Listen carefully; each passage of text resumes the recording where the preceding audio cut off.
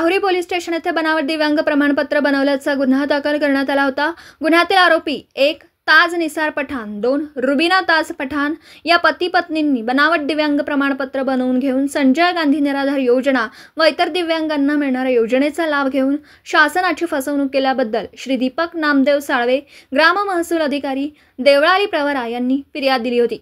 सदर गुन्ह्याच्या तपासादरम्यान सदर पती पत्नीला ताब्यात घेऊन गुन्ह्यात अटक केली आहे आणि त्यांना न्यायालयात हजर केलं असता न्यायालयाकडून आरोपींना 4 दिवसाची पोलीस कोठडी मिळाली। सरकारतर्फे शासकीय अभियोक्ता श्री पाटील साहेब यांनी बाजू मांडली आहे। आरोपीकडे बनावट दिव्यांग प्रमाणपत्राबाबत माहिती काढून मूळ सूत्रधार शोधून व बनावट प्रमाणपत्र बनवून देण्यासाठी सिव्हिल हॉस्पिटल व इतर कार्यालयातील कोणी सामील असतील त्यांचा सहभाग निष्पन्न करून त्यांना अटक करण्याची कारवाई तथा गुन्ह्याचा पुढील तपास पोलीस उपनिरीक्षक Raju Jadhav, police constable Ganesh Lipane, police constable Vrushali Kusalkar हे करत आहेत।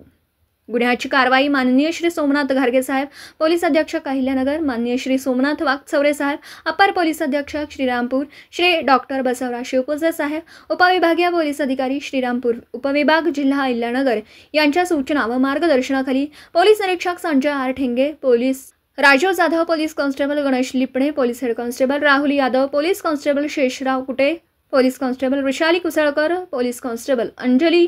गुरव नेमणूक राहुरी पोलीस स्टेशन जिल्हा अहिल्यानगर व पोलीस नामदार संतोष दरेकर नेमणूक अपर पोलीस अधीक्षक सौ श्रीरामपूर जिल्हा अहिल्यानगर मोबाईल सेल यांनी केलेला आहे।